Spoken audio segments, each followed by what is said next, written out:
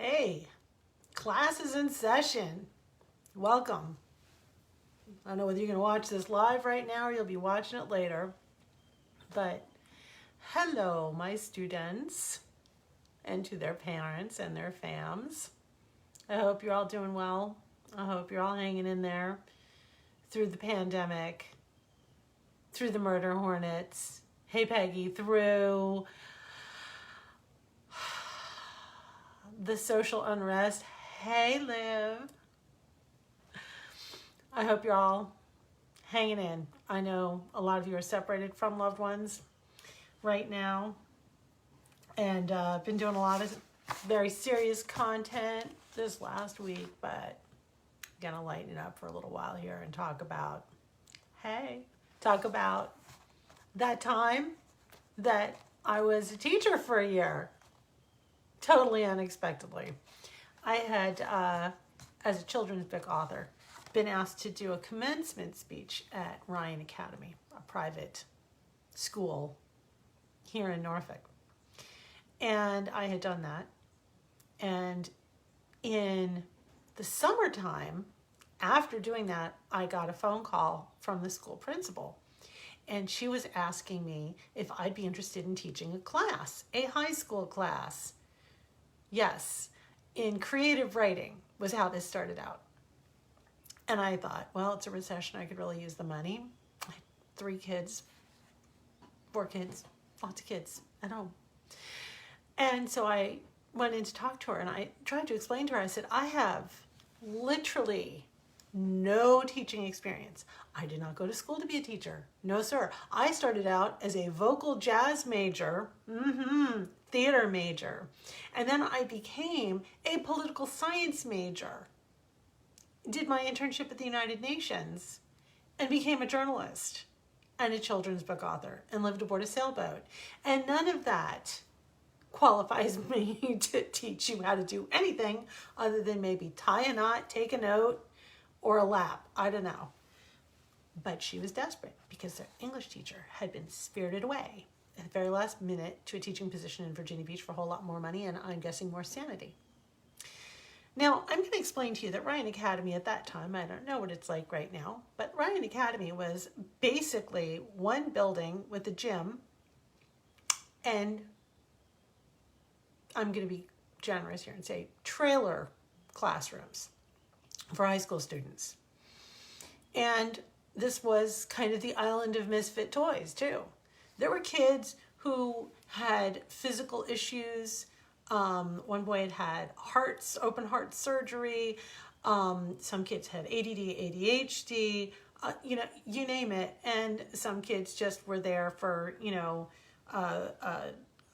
all kinds of reasons, just all kinds of reasons. And so this was going to be like a Bad News Bears class. And I'm down with that because I am the baddest of bears, start to finish. But I was unprepared for this situation. As Livy can attest, I'm sure. And I wish Levon was on here. Can't somebody please tag him the heck in?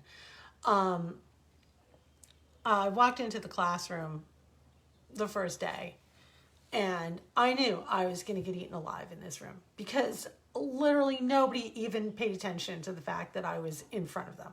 I mean, it was chaos. And there was a back door to the trailer, the double wide trailer that was my classroom, that went to the parking lot so the kids could go out and go to the next trailer. But that's not what they did all the time. No, sir. I'd be trying to teach a class and somebody would be coming in the back door and things were changing hands. And people were, and then, some girls were just there doing their makeup and the guys were, talking smack to each other, and it was crazy. It was crazy. I was drowning, but I decided that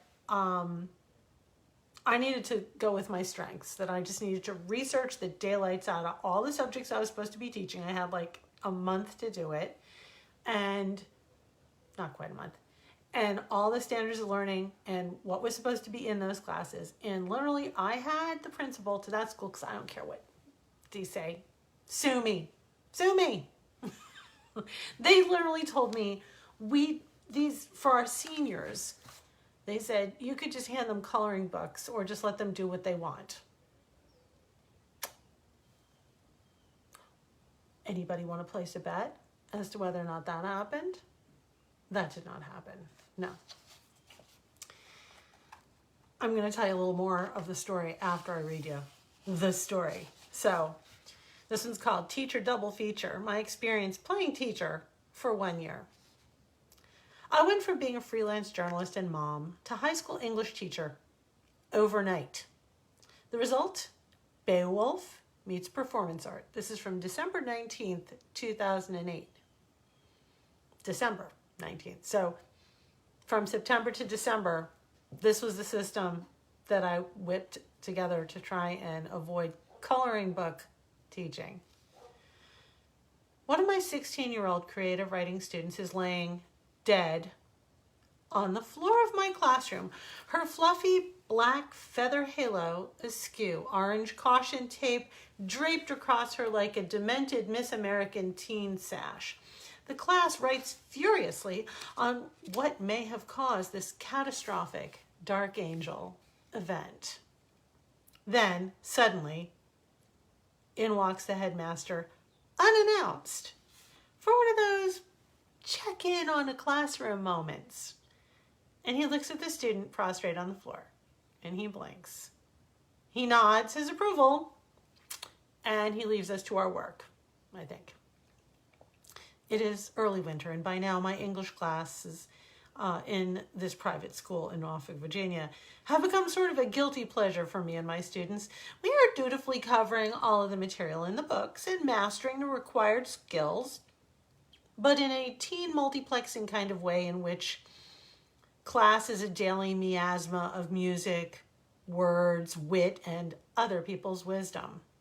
Here, pink isn't a color. She's a rock star, whose songs serve as language lessons blasted from my iPod speakers. Rex Harrison's lament in My Fair Lady, why can't the English teach their children how to speak, redounds through the classroom each time someone's grammar goes awry. Now, if you don't know this, we're going to take a little moment and do it. Why can't the English teach their children how to speak? Arabians learn Arabian, the Greek are taught their Greek.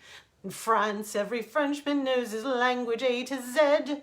Well, the French don't care what they do actually, as long as they pronounce it properly. But why can't the English learn to set a good example for people whose English is painful to their ears? The Scotch and the Irish leave you close to tears. There are even places where English completely disappears. In America, they haven't used it in years. You see? So I'd play that. Only Rex Harrison would be singing it much better, with a lot of orchestral backup every time somebody screwed up their grammar. Writing to a specific audience becomes creating a bedtime story for 5-year-olds, with students taking turns as vexing kindergarteners to drive the writers to distraction over detail and description. No real teacher would do this, but that's fine, because I'm not a real teacher. I never thought I would find my calling at age 43 as a result of someone literally calling me to step in to fill the vacant shoes of an English teacher for the freshman, junior, and senior classes at an urban school for a year. But recession makes for strange bedfellows. I needed the money and these students needed an English teacher who marched to a different piccolo player. Clearly, it was a match made in heaven, and I'm the fool who rushed in where angels fear to tread. I do not have a teaching certificate, nor have I ever trained to be a teacher, but private schools here in Virginia have the leeway to hire based on life experience rather than book learning. Lesson plans were provided for just one of my 4 classes, 12th grade British literature. This is also the only course with a textbook. I also teach 9th grade composition, journalism, and creative writing. If it weren't for 22 years as a crafty freelance journalist who can shake down both the internet and every available source for pointers, I would be the one on the floor wearing the caution tape flag right now. If anyone out there has any advice to contribute, I'm still eager to learn. My other useful life experience includes being the mother of 4 boys, ages 4, 9, 13, and 15. Yeah, that's how long ago this was. And having lived for 5 years aboard a sailboat, learning such invaluable things as sometimes you have to go left to go right. And you cannot control the wind, but you can adjust your sails.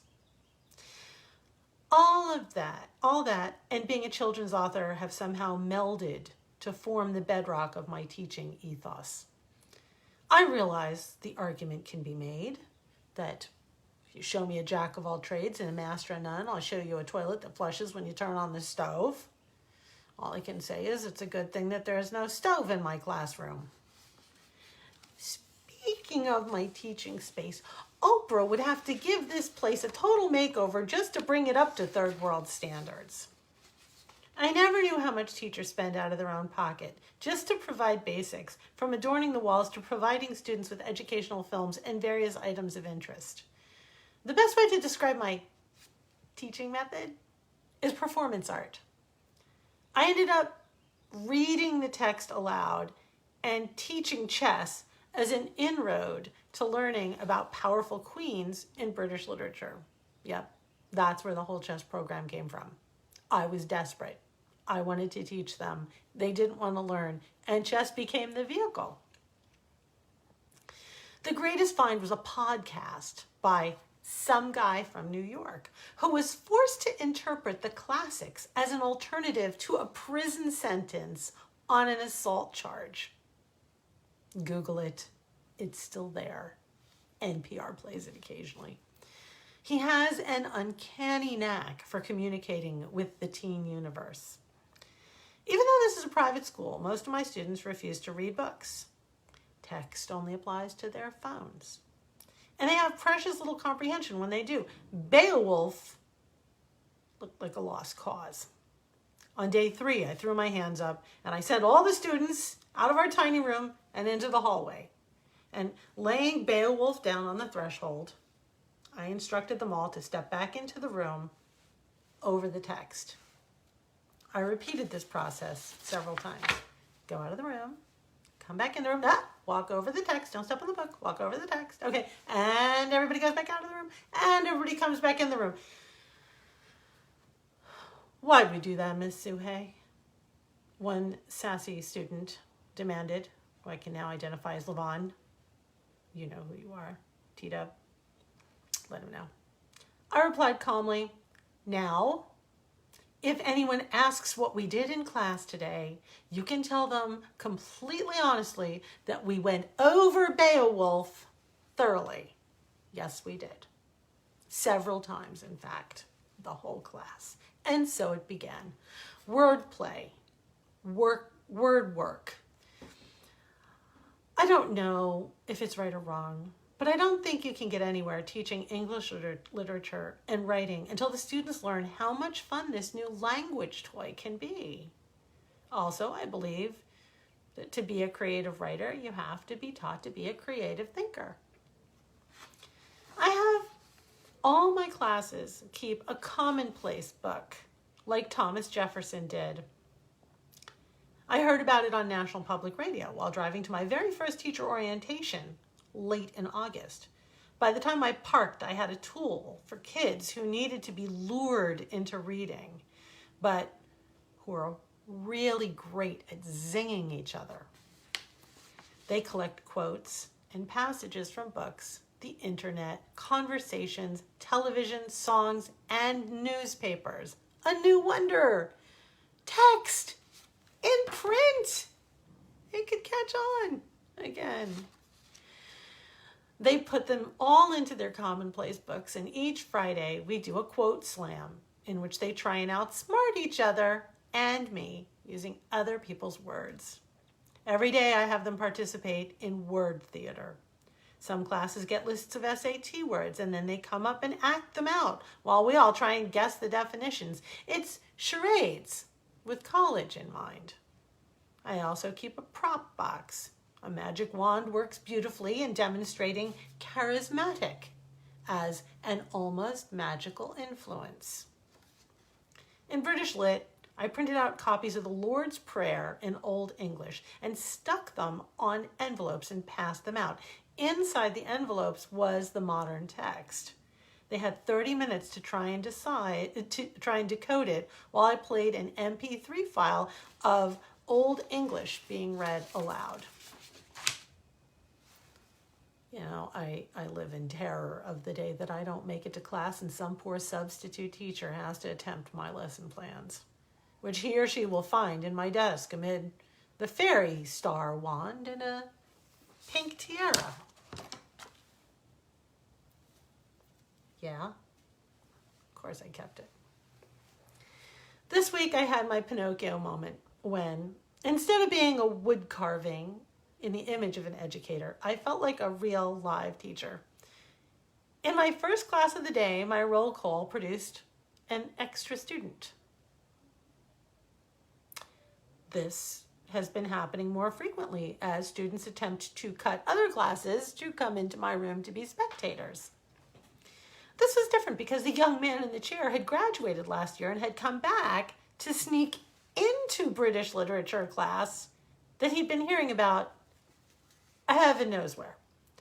So even though I am not a teacher, I now feel like one. My students are truly mine, and not just frothing, angry waves breaking over my desks.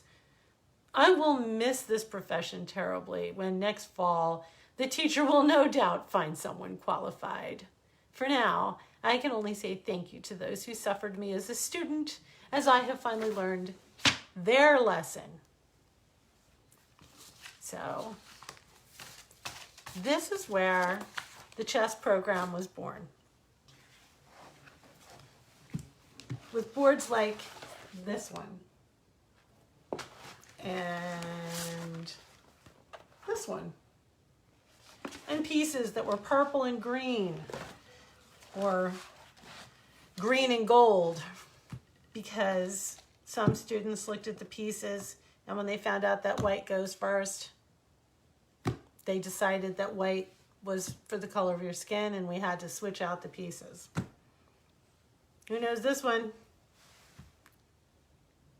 Every pawn is a baby queen.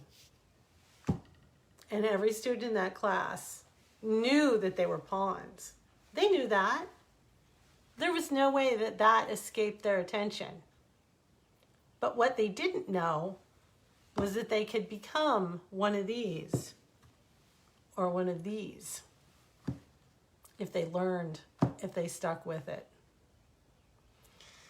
In fact, the chess program started because of two students, one of whom was Levon, who I know will watch this later when he gets done with work.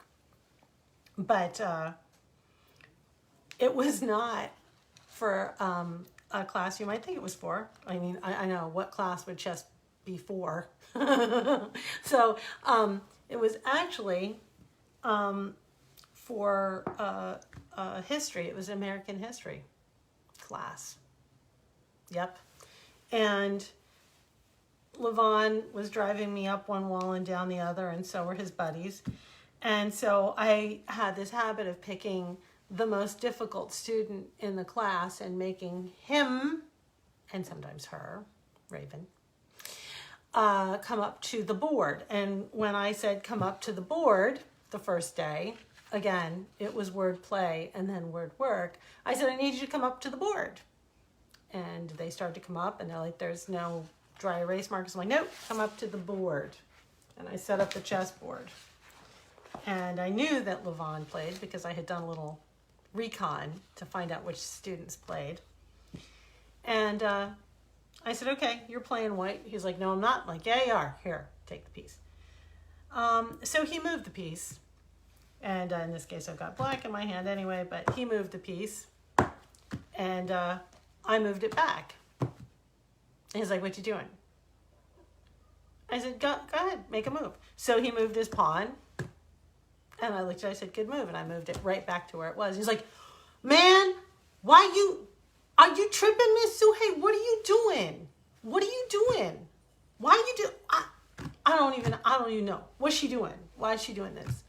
And I said, well, we're studying the American Revolution, right? He said, yeah. I said, so you're the British. Here's your king. And you send your soldier out and you tell him to do something, right? Well, this is how the colonists were. You were telling the colonists what to do, and the colonists were refusing. And he's like, oh, you're teaching me something. I'm like, yeah, do you get it? He's like, yeah, I get it. Okay, let's play the rest of this game and learn the rest of this thing, because now I'm interested. And that's what happened. I sat up nights after night after night, trying to just rack my brains for ways that I could incorporate a chessboard into a lesson plan. So after a while, it became not just the chessboard that got incorporated into lesson plans, but it also became the chess clock. So we would do poetry slams. We would do, identifying words. We do vocabulary. And you'd have two students facing off, and as they identified a word correctly, they, knew what a word meant, they'd hit the clock, and then it was the other guy's turn to come up with it, and then he'd hit the clock. At one point, two girls got into a huge fight over who took whose hoodie, and it was like world ending. It was definitely learning ending. So I pulled out two lists of Old English insults that I had printed out the night before, and I handed them to the two girls, and I said, you can insult each other all day long. You have my complete blessing, but you have to use the words on these lists. See, Olivia? So that's what we did. I taught them, and there was a great moment. I videotaped a lot of these, and what I'm going to do, because I love you all, and the dog is barking tonight. Oh, yes, he is. Say, Vanthana Corn, hey, I was hoping you would stop by. Yes, I was, because I wanted you to see something. Look what I still have. One of my students just joined. And when he was leaving, he's an exchange student, he gave me this and a scarf. And I still have it. And it still graces my table on special occasions. But I wanted you to know that you're still in my heart. We did have situations where I advocated for our students who are here from overseas because they were in tough situations. Some of them were in bad placements, really bad placements. Some of them were being ejected from the country for visa issues, and as a journalist, I just waded in and made sure that that didn't happen. Because as far as I'm concerned, if you're here as an exchange student, you're here the whole time, and nobody gets to mess with my people. So, I love you guys. I miss you all. If any of you are still living in the area, and once this pandemic is over, you should come to Nice Chess Wednesday nights, 4:30 to 6:30. But we became a very unique family in that classroom for 1 year.